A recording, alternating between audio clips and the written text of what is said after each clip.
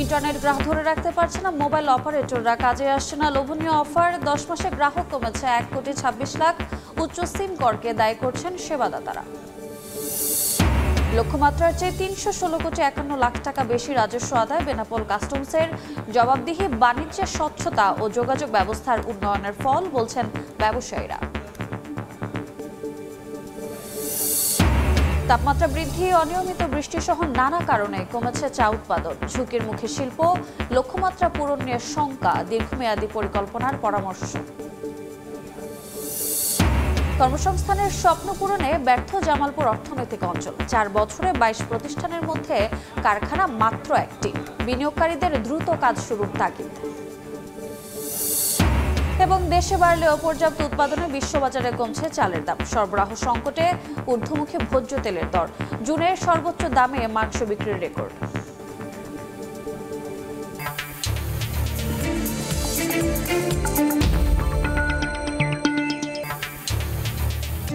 দেখছিলেন শিরোনাম। আমন্ত্রণ জানাচ্ছি দেশ ও দেশের বাইরের অর্থ বাণিজ্যের নানা খবর নিয়ে আমাদের নিয়মিত আয়োজন এই সময়ের বাণিজ্যে।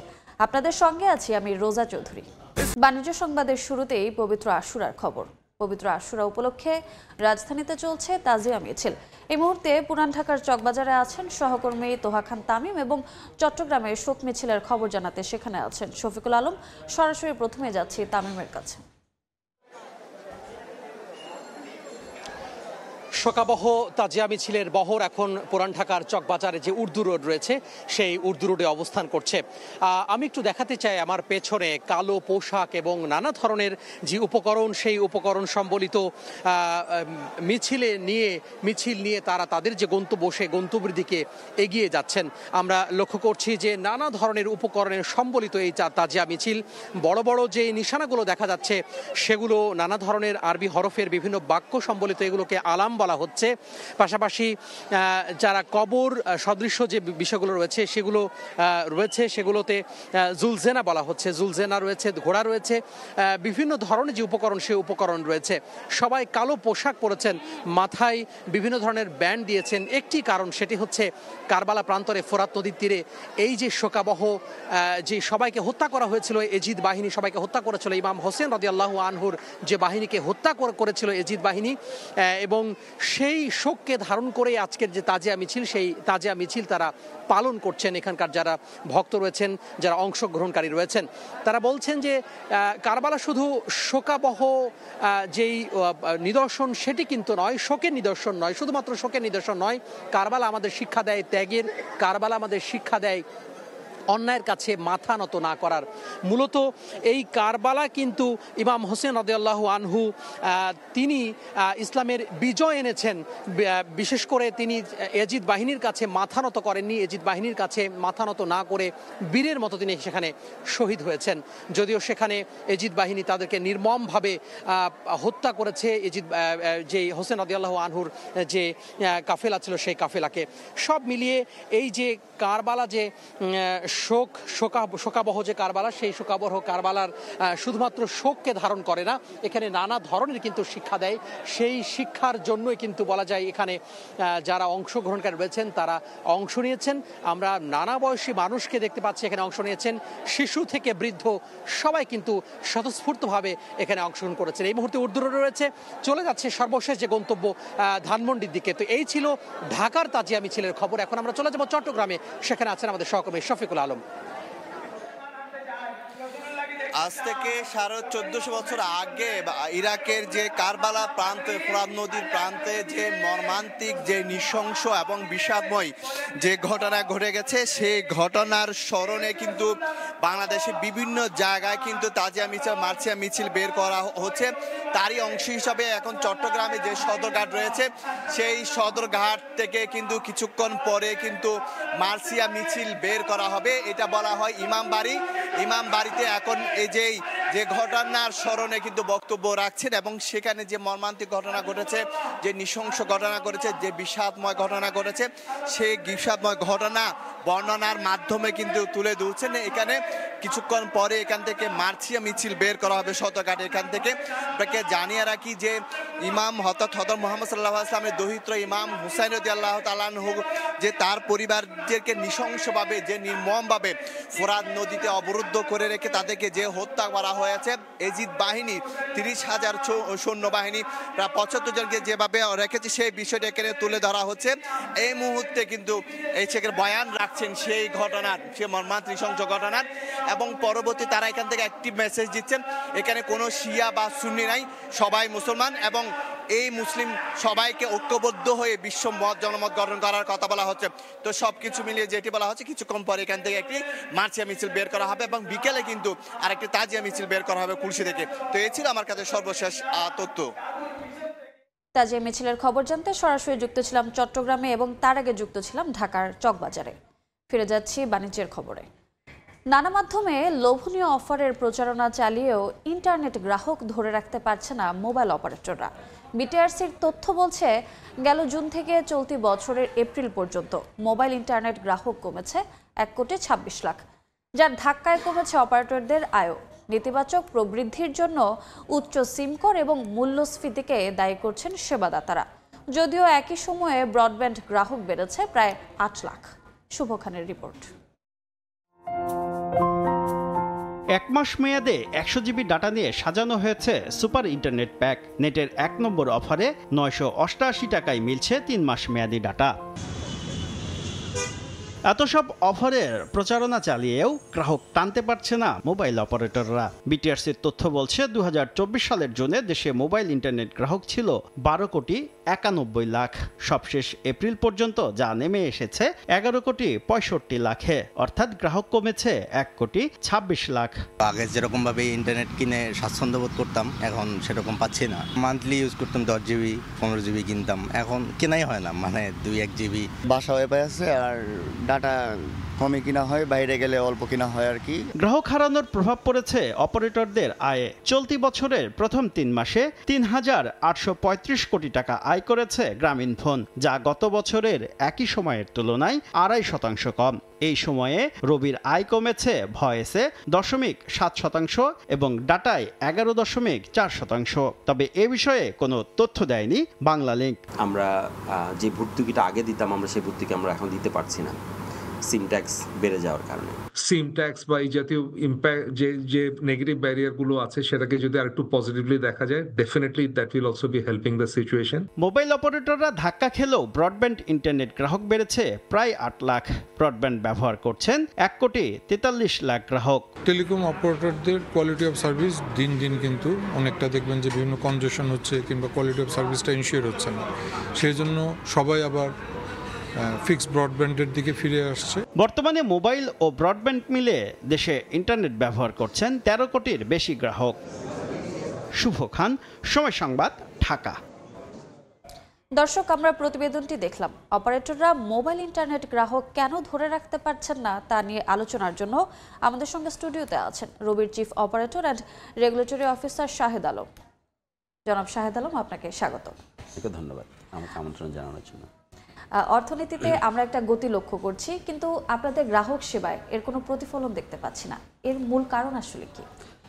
আপনার প্রতিবেদনও যেটা বলা হয়েছে এবং যে রিফ্লেকশনটা আপনিও বলেছেন, সেটা হচ্ছে যে 2024-এ যখন আপনার সিম ট্যাক্সের উপর আরও 100 টাকা সিম ট্যাক্স বৃদ্ধি করা হলো, তখনই কিন্তু আমরা এনবিআর এবং সরকারকে আমরা বলেছিলাম যে এটার একটা সুদূর প্রসারী আপনার প্রভাব পড়বে গ্রাহক নাম্বারের উপরে। কারণ হচ্ছে আমাদেরকে কিন্তু গ্রাহক ধরে রাখতে প্রতি বছরই কিন্তু বেশ কিছু গ্রাহককে বিভিন্ন অফারের মাধ্যমে এক অপারেটর থেকে আরেক অপারেটর অথবা নতুন গ্রাহক সংগ্রহের জন্য আমাদেরকে প্রচুর সিম বাজারে ছাড়তে হয়। এবং এই সিমের জন্য যে ভর্তুকি আমরা আগে দিতে পারতাম, 100 টাকা বাড়ার ফলে কিন্তু আমরা সেই ভর্তুকিটা দিতে পারছি না। এবং এই কারণে কিন্তু আমরা বলেছিলাম যে সিম ট্যাক্স কিন্তু কম কালেক্ট হবে, এবং তাই হয়েছে। এবং আমরা যেটা দেখেছি যে এই প্রভাবের কারণে আপনার গ্রাহক সংখ্যা কমেছে। কারণ আমাদের দেশে তো এক এক কাস্টমারের অনেক ক্ষেত্রে 2 বা 3টা সিমও থাকে। অফারের জন্য হোক বা বিভিন্ন কারণে হোক, তারা কিন্তু সিমগুলো ব্যবহার করেন। এখন এই যে অ্যাক্টিভ সাবস্ক্রাইবার বেসটাকে ধরে রাখার জন্য আমার যে পরিমাণ গ্রাহককে প্রতি বছর আমার নেটওয়ার্কে আনতে হবে, আমি কিন্তু সেটা আনতে পারছি না, কারণ হচ্ছে ভর্তুকির কারণে। আরেকটা জিনিস হচ্ছে যে আপনার আমাদের খরচ বেড়েছে। যেমন ধরেন এর মধ্যে কিন্তু শুধুমাত্র সিম ট্যাক্স না, অন্যান্য ট্যাক্সও কিন্তু ডাইরেক্টলি অথবা ইনডাইরেক্টলি বেড়েছে। এবং আমার ইকোসিস্টেমে যেভাবে আছে সেখানেও কিন্তু আমরা দেখেছি যে আমাদের খরচ বাড়ছে। আমাদের বিভিন্ন পার্টনার অর্গানাইজেশন যারা আছে তাদের খরচ বাড়ছে বলে তারা যখন প্রাইস বাড়াচ্ছে সেখানে কিন্তু আমাদেরকেও সেভাবে প্রাইসটা অ্যাডজাস্ট করতে হচ্ছে। সো ওভারঅল আমরা দেখেছি যে এখানে সেটার প্রভাবটা আছে। অফকোর্স মূল্যস্ফীতি একটা বড় বিষয়, মানুষের অ্যাফোর্ডেবিলিটির একটা ইস্যু আছে। এইগুলো সম্পূর্ণ একটা কম্বিনেশন আমাদের কাছে মনে হয়েছে যে এই গ্রাহক সংখ্যা কমার পিছনে একটা বড় প্রভাব আছে। আইএসপিবির সভাপতি বলেছেন যে গ্রাহক কমার পেছনে মূল কারণ সেবার অবনতি বা গ্রাহকের সেবা ঠিকমতো পাচ্ছে না, এটির পেছনের কারণটা কি? এখানে দুটো পার্সপেক্টিভ থেকে আমি বলতে পারি। একটা হচ্ছে যে অবশ্যই একজন আইএসপিও আমাদের কিন্তু এই প্রতিযোগিতামূলক বাজারে তারাও একটা সার্ভিস প্রোভাইডার, এবং আমরা চাই এই প্রতিযোগিতাটা যাতে আরও আপনার ভালো হয়, কোয়ালিটি আমরা যদি বাড়াতে পারি, ওনারাও যদি বাড়াতে পারেন, অফকোর্স এটা গ্রাহকদের জন্য সুবিধা হবে। অনেক ক্ষেত্রে যেটা হয়ে থাকে যে আসলে একটা অপারেটরের, আমাদের একটা লার্জ অপারেটরের কাস্টমার নাম্বারের কারণে হোক বা যে কারণে হোক, তাদের কোনো নেটওয়ার্কের সমস্যা হলে কিন্তু সেটা আমাদের উপরেও তার প্রভাবটা পড়ছে নেগেটিভলি। মানুষ মনে করছে যে আমাদের কোয়ালিটিও হয়তো খারাপ। কিন্তু এখানে একটা জিনিস মনে রাখা দরকার যে আমরা দেখছি অ্যাজ এ সেকেন্ড অপারেটর রবি কিন্তু সবসময় ভালো অফার দিচ্ছে, ভালো নেটওয়ার্ক সার্ভিস দিচ্ছে, যার কারণে কিন্তু আমরা মার্কেটে এখন স্ট্রং নাম্বার 2 হিসেবেই বাজারে আছি। এবং এই কোয়ালিটির কথাটা যখন আসে তখন কিন্তু মূল্যমানের ব্যাপারটাও আসে। কোয়ালিটির কথাটা যখন আসে তখন আমাদের সমস্যাগুলোও আসে, যে আমরা যে সমস্যাগুলো ফেস করছি, আমরা বিভিন্ন জায়গায় সাইট পাচ্ছি না, আমরা রিকোয়ার্ড স্পেকট্রাম পাচ্ছি না, যে দামে পাওয়া উচিত আমরা সে দামে পাচ্ছি না। এই বিষয়গুলো যখন চলে আসে তখন কিন্তু সামগ্রিকভাবে এই জিনিসটা দেখা দরকার। যেমন ধরেন আইএসপিদের কিন্তু স্পেকট্রাম কিনতে হয় না, বা যে টাকা দিয়ে স্পেকট্রাম কিনতে হয় তাদেরকে সে টাকা দিয়ে স্পেকট্রাম কিনতে হয় না। আমার নেটওয়ার্ক এক্সপানশনের জন্য যে খরচটা করতে হয় সেটা কিন্তু তাদেরকে করতে হয় না। সেখানে পার্থক্য অবশ্যই আছে। বাট আমরা যেটা বলি প্রতিযোগিতামূলক বাজারে আমরা চাই এখানে গ্রাহককে কিন্তু চয়েস আছে, আপনি চাইলেই নাম্বার ঠিক রেখে আপনি কিন্তু অন্য যে কোনো অপারেটরের কাছে চলে যেতে পারেন, আপনি চাইলে কিন্তু আইএসপি সেবাও নিতে পারেন। সো এইটার মাধ্যমে কিন্তু বাংলাদেশে ইন্টারনেট সার্ভিসটা গ্রো করছে। আমরা আশা করছি এই প্রতিযোগিতার মাধ্যমেই আমরা সবাই এই জায়গাটাতে গ্রাহক হিসেবে দিয়ে যেতে পারবো। আইএসপির তুলনায় তো আপনাদের ভর্তুকি দেওয়ার সক্ষমতা বেশি, তারপরেও গ্রাহক কেন আকৃষ্ট হচ্ছে না?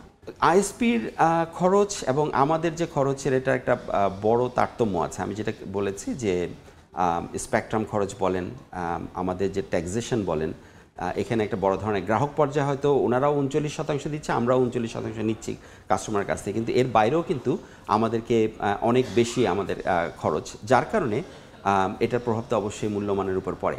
আর ভর্তুকির কথা যেটা বলছেন সেটা হচ্ছে যে আমরা একটা পর্যায়ে ভর্তুকি দিতে পারতাম, কিন্তু সেই ভর্তুকি দিয়েও কিন্তু আমি গ্রাহক পাচ্ছি না, কারণ যে পরিমাণ ভর্তুকি দিয়ে আমাকে গ্রাহক ধরতে হবে সেটা দিতে গেলে আমাকে অবশ্যই আমার বিজনেস অবজেক্টিভগুলো ফেল করবে।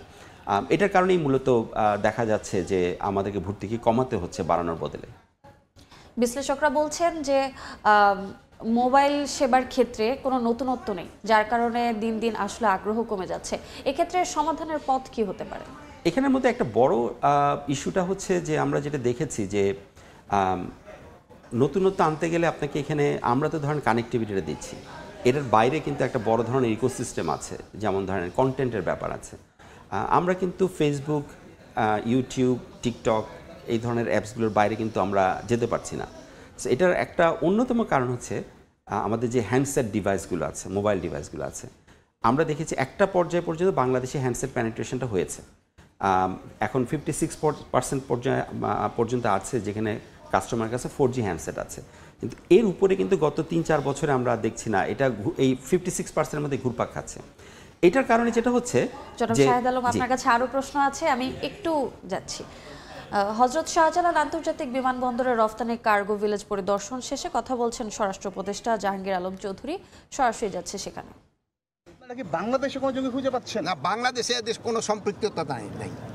স্যার, কিন্তু ওখানকার আইজিপি বলছেন যে তারা বাংলাদেশের আইএস ইউনিটের জন্য অর্থ সংগ্রহ করে। ওখানকার আইজিপি কি বলছে আমি জানি না, তো ওখানকে থেকে আমরা যেই মেসেজটা পেয়েছি অফিসিয়ালি লেভেলে আমরা কোনো সরকারি লেভেলে মেসেজ পাই নাই। আমরা এইভাবে বিভিন্ন মাধ্যমে আমরা যে মেসেজটা পেয়েছি ওইটার একটা কিন্তু প্রেস সিরিজ আমাদের পররাষ্ট্র মন্ত্রণালয় থেকে আপনাদের দেওয়া হয়েছে। স্যার তাহলে এটিউতে কেন দেওয়া হলো, ইমিগ্রেশন পুলিশে কেন দেওয়া হলো? ইমিগ্রেশনের থেকে তো এটিউতে না হয়েছে, অসুবিধা কি? সব পুলিশের বাংলাদেশের জঙ্গিবাদের যে অবস্থান এখন কি মনে হচ্ছে? বাংলাদেশের জঙ্গিবাদের কোনো অবস্থান নাই, এখানে কোনো ধরনের জঙ্গিবাদ নাই। আপনাদের সহযোগিতায় কিন্তু এখানে জঙ্গিবাদ নির্মূল করে দেওয়া হয়েছে। এটা ক্ষেত্রে আপনাদের ক্রেডিট সবচেয়ে বেশি। আপনারা সবাই মানে কোনো ধরনের আপনারা এই যে গত 10 মাসে কোনো একটা ইনফরমেশন দিতে পারছেন জঙ্গিবাদের, যেহেতু নাই, আগে ছিল আপনারা দিচ্ছেন, এখন নাই আপনারা দেন না। মাননীয় অ্যাডভাইজার, এই যে বিভিন্ন দেশ থেকে যে কথাগুলো আসতেছে, এটাকে আপনি মনে করেন যে বাংলাদেশের উপর কোনো তকমা লাগানোর কিংবা কোনো ধরনের করার জন্য থ্রেট কিংবা এখন বিভিন্ন দেশের থেকে হয়, এটা হয়তো পররাষ্ট্র মন্ত্রণালয় আপনাদের ভালো বলতে পারে। হযরত শাহজালাল আন্তর্জাতিক বিমানবন্দরের রফতানি কার্গো ভিলেজ পরিদর্শনের কথা বলছিলেন স্বরাষ্ট্র উপদেষ্টা জাহাঙ্গীর আলম চৌধুরী। আমরা আবারও ফেরত যাচ্ছি আলোচনায়। জনাব শাহিদ আলম, যেমনটা বলছিলাম যে মোবাইল ডেটার ক্ষেত্রে আসলে কেমন নতুনত্ব আনা দরকার? আপনার এখানে যে আমরা যে যদি বলি যে নতুন টেকনোলজি আনার ব্যাপার আছে, এখন ভবিষ্যতে 5G আসবে, বিভিন্ন 5G সেবাটা আসবে। আমরা সীমিত আকারে বিভিন্ন জায়গায় 5G করার জন্য কাজ করে যাচ্ছি সরকারের সাথে এবং বিটিআরসির সাথে। আমরা আশা করছি এখন গ্রাহক লেভেলে যে যাদের 5G হ্যান্ডসেট আছে বা বিভিন্ন 5G যে সেবাগুলো আছে সেগুলো আমাদের গ্রাহকরা পাবে। তবে এখানে মূল বিষয় যেটা আমি একটু আগেই বলছিলাম, এখানে ডিভাইস পেনিট্রেশনটা হচ্ছে বড় জিনিস, যেটা হচ্ছে মানুষ আপনার ডিভাইস কিনতে পারছে না, হাই এন্ড ডিভাইসগুলো 4G ডিভাইসগুলো আমরা কিনতে পারছে না মানুষজন। কারণ হচ্ছে যে এটার দাম এখনও বেশি, এটার উপর ট্যাক্স অনেক বেশি রয়ে গেছে এবং এইটা কাস্টমারকে দেওয়ার জন্য আমরা যে ধরনের সুবিধা চেয়েছিলাম সেই সুবিধাগুলো আমরা এখনও পাইনি। যেমন ধরেন সিম লকের আমরা একটা প্রস্তাব দিয়েছিলাম, ক্যারিয়ার লকের প্রস্তাব দিয়েছিলাম। সেখানে যদি সিম লক বা ক্যারিয়ার লকটা দেওয়া হতো তাহলে হয়তো আমরা গ্রাহক লেভেলে ইএমআই বা ইনস্টলমেন্টে, এমনকি যাদের ব্যাঙ্ক অ্যাকাউন্ট নাই তাদেরকেও কিন্তু আমরা সেই ডিভাইসটি দিতে পারতাম, কারণ আমরা ব্যাকগ্রাউন্ড থেকে বা আমাদের যারা ম্যানুফ্যাকচারার আছে, পার্টনার আছে, তারা কিন্তু সেটা লক করতে পারতো। সো আমরা দেখেছি যে এই জিনিসটা কোনো ধরনের পরিবর্তন হচ্ছে না, আমরা সেই 56%-এ আটকে আছি। যার কারণে কিন্তু এখানে আমাদের যে অন্যান্য কন্টেন্ট প্রোভাইডার আছে তারাও কিন্তু এই জায়গাটাতে পেনিট্রেশন করতে পারছে না। আপনার সে ধরনের নতুন জিনিসপত্র আসলে গ্রাহক লেভেলে যে সাবস্ক্রিপশনের ব্যাপারটা আছে সেটাও তারা করতে পারছে না। যার কারণে আমরা দেখেছি এই জায়গাটা একটা স্থবির হয়ে আছে। আমরা আশা করছি যে বিটিআরসি এখানে একটা ব্যবস্থা নেবে যাতে গ্রাহক লেভেলে আপনার এই ডিভাইসগুলো দাম কমানো যায়, সেটা ট্যাক্স কমিয়ে হোক এবং বা ইএমআই বা আপনার সিম লক বা ক্যারিয়ার লকের মাধ্যমে। এই জিনিসগুলো আসলে একটু পরিবর্তন করা দরকার যাতে গ্রাহক অ্যাফোর্ড করতে পারে। তখন আমরা এখানে আরও বেশ কিছু নতুনত্ব দেখতে পারবো বলে আমরা আশা করছি। বিএনপি আপনাদের এই পরিস্থিতিতে আপনাদের আসলে অবস্থানটা কি, এটি জানতে চেয়েছে, আপনার মতামত কি বিষয়টিতে? আসলে সংস্কারের বিষয়টি, জি, টেলিকম সংস্কারের বিষয়টা যেটা হয়েছে গত প্রায় 7-8 মাস ধরেই কিন্তু এই সংস্কার নিয়ে আপনার বিটিআরসি কাজ করছে, মন্ত্রণালয় কাজ করছে। এটা আপনার সমস্ত স্টেক হোল্ডার যারা আছে এখানে কিন্তু স্টেক হোল্ডার, গ্রাহক, একাডেমিয়া সবাইকে নিয়ে কিন্তু একটা কনসালটেশন, বেশ কয়েকটা কনসালটেশন হয়েছে। সবগুলো কনসালটেশনে আমরা ছিলাম, আমাদের ইকোসিস্টেম পার্টনার যারা আছে আইসিএক্স, আইজিডব্লিউ থেকে শুরু করে আইএসপি অপারেটর থেকে শুরু করে সবাই ছিল এবং সবার মতামত নিয়ে যে প্রস্তাবনাটা দেওয়া হয়েছে এখানে একটা ভুল বুঝাবুঝির অবকাশ আছে। আমাদের কাছে মনে হয়েছে যে এইখানে একটা জিনিস স্পষ্ট, যেই প্রস্তাবনাটা দেওয়া হয়েছে বা মন্ত্রণালয় থেকে যে প্রস্তাবটা গিয়েছে সেখানে কিন্তু মোবাইল অপারেটরদের জন্য কিছুই নেই। আমি যদি এক কথায় বলি, আমরা যেসব জিনিসগুলো চেয়েছিলাম সেগুলো কিন্তু কিছুই গ্রহণ করা হয়নি। তারপরেও আমরা এটাকে ওয়েলকাম করেছি অ্যাজ এ স্টার্ট হিসাবে, যে গত 15 বছরে এই লাইসেন্সিংয়ে যে বিশৃঙ্খলা, এই মানে একটা যে অব্যবস্থাপনা ছিল, এটা নিয়ে কিন্তু কারো কোনো দ্বিমত নেই। এখন এখান থেকে বের হয়ে আসতে গেলে কি করতে হবে, এইটা কিন্তু একটা জাস্ট লাইসেন্সিং রিফর্ম ছিল। এই লাইসেন্সিং রিফর্মে বিটিআরসি কী করতে চাচ্ছে সে প্রস্তাবনাটা হচ্ছে 29টা লাইসেন্সকে আপনার 3টা স্তরে ভাগ করতে চেয়েছে এবং 3টে স্তরের মাধ্যমে আপনার স্কোপগুলোকে ডিফাইন করার জন্য বিটিআরসি একটা উদ্যোগ নিয়েছে। আমরা মনে করি যে আমাদের কাছ থেকে আসলে প্রস্তাব ছিল যে এখানে কোনো অপারেটরকে বন্ধ করে দেওয়া বা কাউকে বিজনেস থেকে সরিয়ে দেওয়ার কথা কিন্তু কখনোই এই প্রস্তাবে ছিল না। যেটা ছিল যে এটাকে স্কোপটাকে রিডিফাইন করতে হবে যাতে ওনারা অন্যান্য ব্যবসাগুলোকেও ওনাদের আয়ত্তের মধ্যে আনতে পারেন। এই প্রস্তাবনাটা আমাদের কাছে মনে হয়েছে বেশ ভালো, কারণ হচ্ছে এটার মাধ্যমে সবাই উপকৃত হবে। কিন্তু যে অব্যবস্থাপনাগুলো ছিল এবং যে ধরনের গ্রাহক লেভেলে যে প্রাইসটা বাড়ছিল সেটা যদি কমাতে হয় তাহলে কিন্তু লেয়ারের পরিবর্তনটা আনতেই হবে। সো আমরা মনে করি যে প্রস্তাবনাটা দেওয়া হয়েছে সেখানে অবশ্যই এটা পুনর্বিবেচনা করতেই পারে এবং আমরা মনে করব যে আমাদের দিক থেকে যেসব দাবিগুলো ছিল সেই দাবিগুলো আপনার সরকার এবং বিটিআরসি আবার দেখবেন। এটা হচ্ছে আমাদের মতামত। জনাব শাহেদ আলম, আপনাকে ধন্যবাদ। আপনার মাধ্যমে জেনে নিলাম বেশ কিছু গুরুত্বপূর্ণ তথ্য। আপনাকে ধন্যবাদ। মোবাইল অপারেটিং সেবার গ্রাহক কমার বিষয়টি নিয়ে আমাদের সাথে স্টুডিওতে সরাসরি যুক্ত ছিলেন রবির চিফ রেগুলেটরি অফিসার জনাব শাহেদ আলম। রাজধানীর গুলশানে বিএনপি চেয়ারপারসনের কার্যালয়ে জরুরি সংবাদ সম্মেলনে কথা বলছেন দলের মহাসচিব মির্জা ফখরুল ইসলাম আলমকে। সরাসরি চলে যাচ্ছে সেখানে। রাষ্ট্র পরিচালনায় গুরুত্বপূর্ণ কতিপয় প্রতিষ্ঠানকে শক্তিশালী করার নামে জনগণের নির্বাচিত সংসদ, নির্বাচিত সরকার তথা রাষ্ট্র কাঠামোকে দুর্বল ও অকার্য করার কোনো প্রস্তাবের যুক্তিসঙ্গত বিরোধিতা সংস্কারের মূল উদ্দেশ্যের সাথে সঙ্গতিপূর্ণ বলেই আমরা মনে করি। জনগণের দ্বারা নির্বাচিত, জনগণের কাছে দায়বদ্ধ এবং জনগণকে জবাবদিহিতা করতে বাধ্য কোনো সরকারকে গণতান্ত্রিক রাষ্ট্র ব্যবস্থায় দুর্বল ও অকার্যকর করা অবশ্যই সংস্কারের মূল আকাঙ্ক্ষার সাথে সাংঘর্ষিক। ফলে এমন কোনো প্রয়াসে সমর্থন জানানো সংস্কারের মূল উদ্দেশ্যের পরিপন্থী বলে তা থেকে বিরত থাকার অর্থ সংস্কার প্রক্রিয়াকে বাধাগ্রস্ত করা নয়, বরং এই প্রক্রিয়াকে সহযোগিতা করা। প্রিয় সাংবাদিক বন্ধুগণ, 6টি সংস্কার কমিশনের মধ্যে পুলিশ সংস্কার কমিশনের বিষয় এখন আলোচনায় আসেনি। তবে ওই কমিশনে আমাদের দলের প্রতিনিধিবৃন্দের কাছে আমরা যতটুকু জেনেছি তাতে র্যাব বিলুপ্তি সহ প্রায় সব বিষয়ই ঐকমত্য প্রতিষ্ঠা হয়েছে। দুদক সংস্কার কমিশনের কতিপয় ছাড় দিয়ে 47টি সুপারিশের 46টিতে আমরা সম্মতি জানিয়েছি। আমরা কিন্তু স্পেসিফিক কথাগুলো বলছি আজকে আপনাদের সামনে। শুধু 29 নম্বর সুপারিশে আইনের মাধ্যমে করার পরিবর্তে আমরা আদালতের অনুমতি নেয়ার বিদ্যমান বিধান অব্যাহত রাখার কথা বলেছি। আমরা মনে করি এটা না হলে দুদকের কার্যক্রমকে অহেতুক বিলম্বিত করার সুযোগ সৃষ্টি হবে। জনপ্রশাসন সংস্কার কমিশনের 208টি সুপারিশের মধ্যে 187টি প্রস্তাবের সঙ্গে আমরা একমত হয়েছি এবং 5টিতে আংশিক একমত হয়েছি। 5টি সুপারিশে আমরা ভিন্ন মত পোষণ করেছি। 11টি প্রস্তাবে আমরা একমত হতে পারিনি, যেগুলো দেশে প্রদেশ সৃষ্টি, পদোন্নতি ও অন্যান্য প্রশাসনিক অসঙ্গতির বিষয়। উল্লেখযোগ্য যে পদোন্নতির বিষয়ে আপিল বিভাগের রায় কার্যকর রয়েছে। বিচার বিভাগীয় সংস্কার কমিশনের গুরুত্বপূর্ণ 89টি সুপারিশের মধ্যে 62টি সুপারিশে আমরা একমত হয়েছি, 9টিতে আংশিকভাবে একমত হয়েছি, 18টিতে ভিন্ন মত পোষণ করে যুক্তিসহ পরামর্শ দিয়েছি। উল্লেখযোগ্য যে বিচার বিভাগের স্বাধীনতা বিষয়ক সকল প্রস্তাবে আমরা একমত হয়েছি। প্লিজ, তবে এর কিছু বিষয়ে নির্বাচিত সংসদে আইন প্রণয়ন কিংবা ইতিমধ্যে কোনো অধ্যাদেশ হলে তা সংসদে রেটিফাই ও সাংবিধানিক সংশোধনের প্রয়োজন হবে। নির্বাচনী ব্যবস্থা বিষয়ক সংস্কার কমিশনের 243টি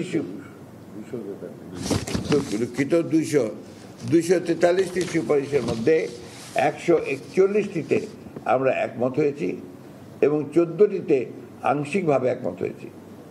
64টিতে আমরা ভিন্ন মত সহ একমত হয়েছি। অর্থাৎ এসব বিষয়ে পরিবর্তনে একমত হয়ে বিভিন্ন আইনে ও বিধিতে সংশোধনী অধিকতর কার্যকর হবে তা প্রস্তাব করেছি। 24টি বিষয়ে আমরা একমত হতে পারিনি। উল্লেখযোগ্য যে নির্বাচনী ব্যবস্থা সংক্রান্ত 12টি আইন ও 6টি নীতিমালা আছে। এই বিষয়ে রাষ্ট্রীয় সংবিধানেও নির্দিষ্ট বিধান আছে। এসব প্রস্তাবের বেশ কয়েকটি বাস্তবায়নযোগ্য নয় এবং কয়েকটি নির্বাচন কমিশনের স্বাধীনভাবে দায়িত্ব পালনে স্পষ্টতই বাধা সৃষ্টি করে, তাদের সাংবিধানিক স্বাধীনতা ক্ষুণ্ণ করবে। আমরা অবাধ, সুষ্ঠু ও নিরপেক্ষ নির্বাচন অনুষ্ঠানের জন্য আনিত সকল প্রস্তাবে একমত হয়েছি। আইনি সংস্কারের বিষয়ে আলোচনা অব্যাহত আছে। সংবিধান সংস্কার কমিশনের আমরা দফা ওয়ারি মতামত দিয়েছি, অধিকাংশের সুপারিশে একমত হয়েছি। এর মধ্যে উল্লেখযোগ্য 70 অনুচ্ছেদ এবং প্রধানমন্ত্রীর মেয়াদ, দুই বিষয়ে আমরা ছাড় দিয়েছি। নির্দিষ্ট না থাকার পরেও ঐকমত্য প্রতিষ্ঠার স্বার্থে আমরা সম্মত হয়েছি। প্রধান বিচারপতি নিয়োগের বিষয়েও আমরা আমাদের প্রস্তাব থেকে সরে এসে একমত হয়েছি। জাতীয় সংসদে সংসদীয় স্থায়ী কমিটির সভাপতির পদ বিরোধী দলকে দেওয়ার ক্ষেত্রে সবচেয়ে গুরুত্বপূর্ণ 4টি সহ আসন সংখ্যার অনুপাতে সভাপতির পদ দিতেও আমরা সম্মত হয়েছি। রাষ্ট্রপতির ক্ষমতা সংক্রান্ত আর্টিকেল 49 পরিবর্তনে আমরা সম্মত। এছাড়া তত্ত্বাবধায়ক সরকার ব্যবস্থা পুরো প্রবর্তন, ন্যায়পাল আইন জাতীয় সংসদের নির্বাচনী এলাকার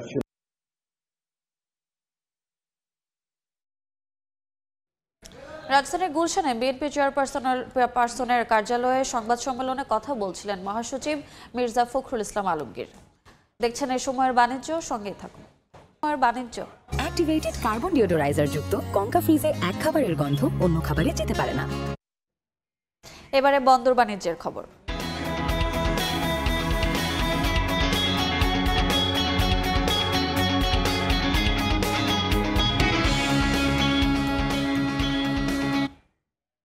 গেল অর্থ বছরে লক্ষ্যমাত্রার চেয়ে 316 কোটি 51 লাখ টাকা বেশি রাজস্ব আদায় করেছে যশোরের বেনাপোল কাস্টমস। এমন রেকর্ড গড়ার পেছনে কর্তৃপক্ষের জবাবদিহিতা, বাণিজ্যের স্বচ্ছতা ও যোগাযোগ ব্যবস্থার উন্নয়নকে সামনে আছেন ব্যবসায়ীরা। পণ্য খালাস জটিলতা কাটাতে পারলে রাজস্ব আদায় আরও বাড়বে বলে মনে করেন তারা। বেনাপোল প্রতিনিধি আজিজুল হকের তথ্য ও শাওন হোসেনের ছবিতে রিপোর্ট। ভারত বাংলাদেশ স্থল বাণিজ্যের প্রায় 80% হয় বেনাপোল বন্দর দিয়ে। এই বন্দর দিয়েই বছরে প্রায় 40,000 কোটি টাকার পণ্য আমদানি ও 8,000 কোটি টাকার পণ্য রফতানি হয়। দ্বিপাক্ষিক এই বাণিজ্যিক কার্যক্রম থেকে বিপুল রাজস্ব পায় সরকার। গেল 2024-25 অর্থ বছরে বেনাপোল কাস্টমস থেকে 6,705 কোটি টাকা রাজস্ব আদায়ের লক্ষ্যমাত্রা নির্ধারণ করে দেয় এনবিআর। অথচ বছর শেষে আদায় হয়েছে 7,021 কোটি 51 লাখ টাকা, যা লক্ষ্যমাত্রার চেয়ে 317 কোটি টাকা বেশি। ওজন স্কেলে প্রকৃত যে ওজন সেটি দেওয়ার ফলে স্বচ্ছতা, জবাবদিহিতা আগের চেয়ে অনেক বৃদ্ধি পেয়েছে। বেনাপোল বন্দর দিয়ে যে পণ্য আমদানি হচ্ছে সেটা পরিবহনের ক্ষেত্রে পদ্মা সেতুর সুফল আমরা ইতিমধ্যে পাচ্ছি। বন্দর কর্তৃপক্ষের তথ্য, গেল অর্থ বছরে বেনাপোল বন্দর দিয়ে ভারত থেকে আমদানি হয়েছে 14,98,002 মেট্রিক টন পণ্য। কাস্টমস থেকে দ্রুত পণ্য খালাসে এখনও যেমন রয়ে গেছে নানান জটিলতা, তেমনই প্রায়ই শুল্ক ফাঁকি দেওয়ার ঘটনা ঘটছে বলেও অভিযোগ ব্যবসায়ীদের। স্বচ্ছতা যদি আরো স্বচ্ছ হয় তাহলে আরো রাজস্ব আয় বাড়বে। পণ্য যদি আরো দ্রুত ছাড় করানো যায় এবং এক্সামিনের ব্যবস্থা যদি দ্রুত করা যায় তাহলে আমদানি আরো বাড়বে। 2023-24 অর্থ বছরে 5,948 কোটি টাকা লক্ষ্যমাত্রার বিপরীতে 6,167 কোটি 38 লাখ টাকার রাজস্ব আদায় করেছিল বেনাপোল কাস্টমস হাউস। সময় সংবাদ, বেনাপোল। দেখছেন এই সময়ের বাণিজ্য।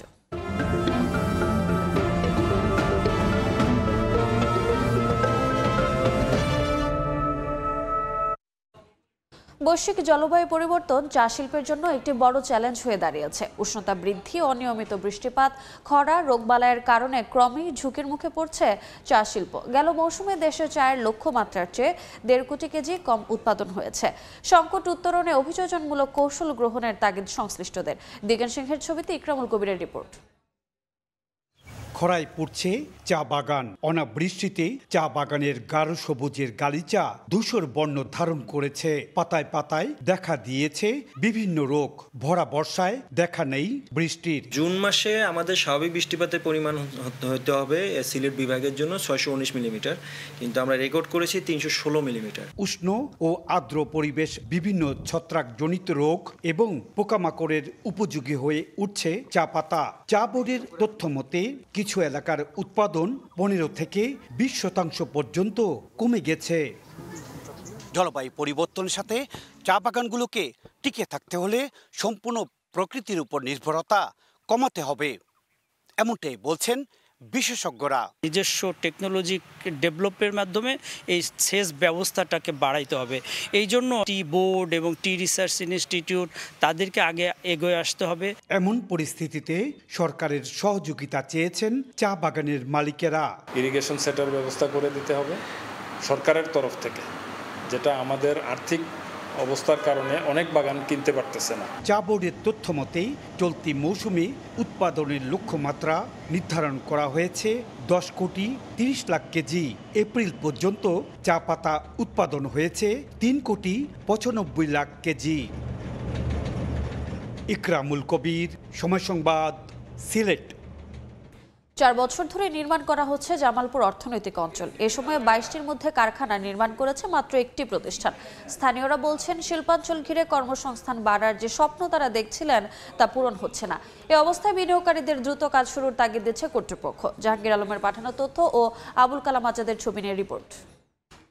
2016 সালে জামালপুর সদর উপজেলার দিকপাই এলাকায় জামালপুর অর্থনৈতিক অঞ্চল নির্মাণ শুরু হয়ে 2021 সালে শেষ হয়। এরপর 22টি প্রতিষ্ঠান কর্তৃপক্ষের সঙ্গে চুক্তি করলেও 9টি প্রতিষ্ঠান বিনিয়োগ করে অবকাঠামো নির্মাণ কাজ শুরু করে। তবে এর কয়েক মাসের মধ্যে বন্ধ হয়ে যায় 8টি প্রতিষ্ঠানের কার্যক্রম। এলাকাবাসী বলছে, শিল্পাঞ্চল ঘিরে কর্মসংস্থান বাড়ার যে স্বপ্ন তারা দেখেছিলেন তা পূরণ হচ্ছে না।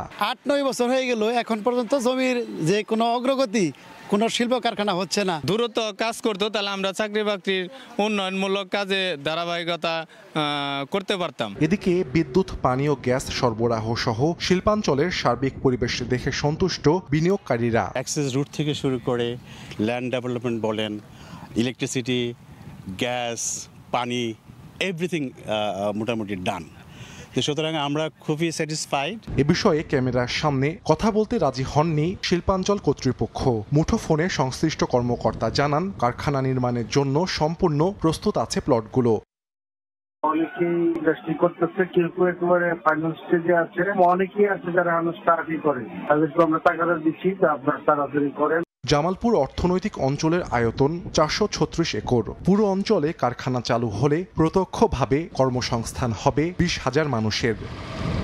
সময় সংবাদ, জামালপুর। দেখছেন এই সময়ের বাণিজ্য। দাম বৃদ্ধির পর রাজধানীতে স্থিতিশীল রয়েছে চালের দর। নিত্যপণ্যের বাজার পরিস্থিতি জানাতে এই মুহূর্তে কারণ বাজারে আছেন সহকর্মী সাদিক হাসান ইমন। সরাসরি যাচ্ছে তার কাছে। সাদিক, সকাল থেকে কিন্তু রাজধানীর কারওয়ান বাজারের চালের বাজারে ক্রেতা বিক্রেতাদের সাথে কথা বলেছি। বিক্রেতারা বলছেন, তাদের কাছে ক্রেতারা বারবার বলছেন যে চালের দাম কেন কমছে না, আর কেন কমছে না, বেশি দরে তাদের বিক্রি হচ্ছে, কিন্তু বিক্রেতারা সদুত্তর দিতে পারছেন না। বিক্রেতারা বলছেন যে এর পেছনে তৃণমূলীয় যে মিলাররা রয়েছেন বা কোম্পানিগুলো রয়েছেন সেগুলো দায়ী থাকতে পারে, সেখানে সরকারের তদারকি বাড়াতে হবে। জানিয়ে রাখতে চাই, এই চালের উঠতি দাম কিন্তু ঈদের পরে হয়েছিল, তারপরে কিন্তু সেই দামটা এখন পর্যন্ত কমেনি এবং দেখা যাচ্ছে যে তদারকি বাড়ানো হয়েছে, তারপরেও কমছে না। কেন কমছে না, এটা নিয়ে কিন্তু জনমনে প্রশ্ন তৈরি হয়েছে। যদি মিনিকেট চালের কথা বলি, তাহলে পাইকারি দরে কিন্তু ঈদের আগেও যেটা বিক্রি করা হতো 72 টাকা 73 টাকা, এখন সেটা 78 থেকে 78 টাকায় বিক্রি করা হয় এবং লোকাল মার্কেটে সেটা বিক্রি করা হয় 85 টাকার উপরে। 28 চালের কথা যদি বলি, তাহলে পাইকারিতে 56 থেকে 58 টাকা দরে বিক্রি করা হয় এবং লোকালে সেটি 60 থেকে 62 টাকায় বিক্রি করা হয়। নাজিরশাইল পাইকারিতে বিক্রি করা হয় 80 থেকে 88 টাকা এবং লোকালি কিন্তু দেখা যায় 88 থেকে 92 টাকায় কিন্তু বিক্রি করা হয়। তাছাড়া দেখা যাচ্ছে যে মুরগির বাজারে গিয়েছিলাম, মুরগির বাজারেও দেখা গিয়েছে যে মুরগির বাজারে দাম কিন্তু সেরকম বাড়েনি।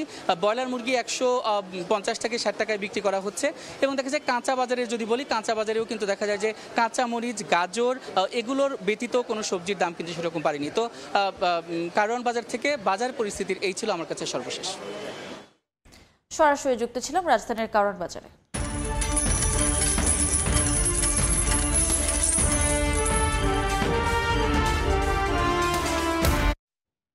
দেশে চালের দাম নিয়ে যখন চালবাজি চলছে, তখন উল্টো পথে হাঁটছে বিশ্ববাজার। জাতিসংঘের খাদ্য ও কৃষি সংস্থা বলছে, চাহিদা কমায় নিম্নমুখী এই খাদ্যশস্যের দর। তবে যোগান পর্যাপ্ত না থাকায় বেড়েছে দুগ্ধজাত পণ্য, মাংস ও ভোজ্য তেলের দাম।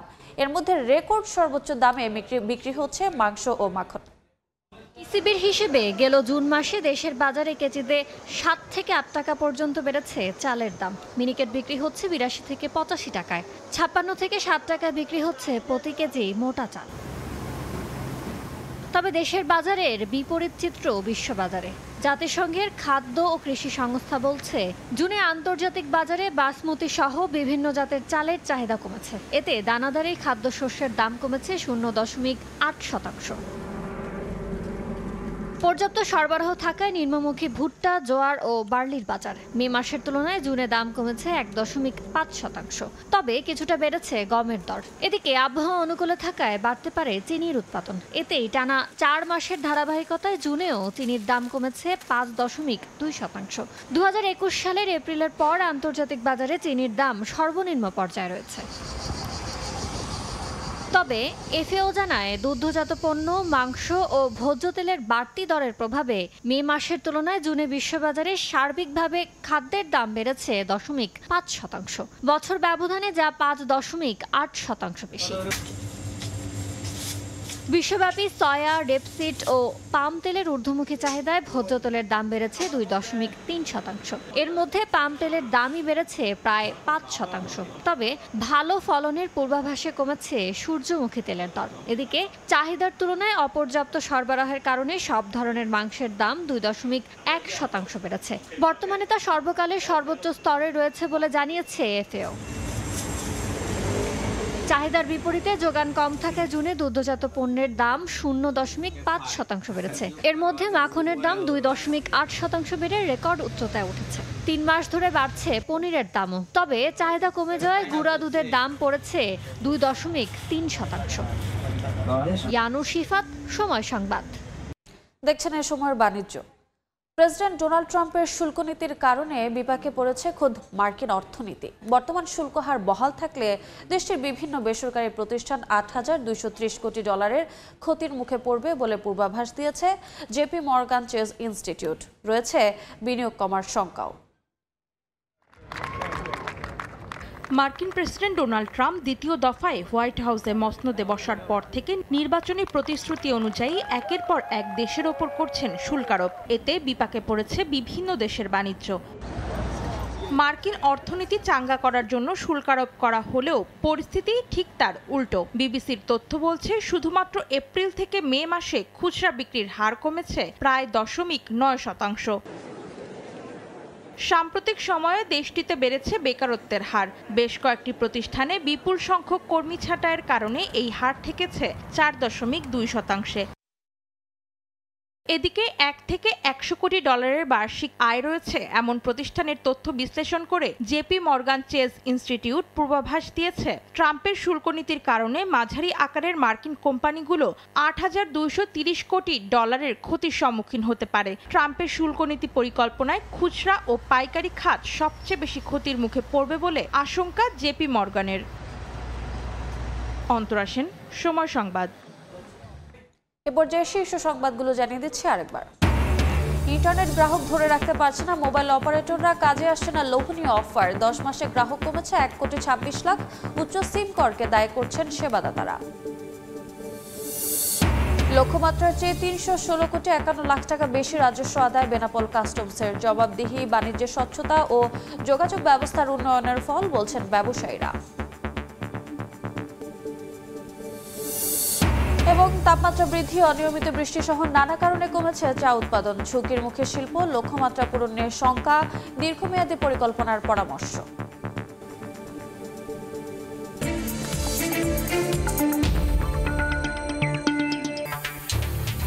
এ ছিল এই সময়ের বাণিজ্যের সঙ্গে থাকুন সময়।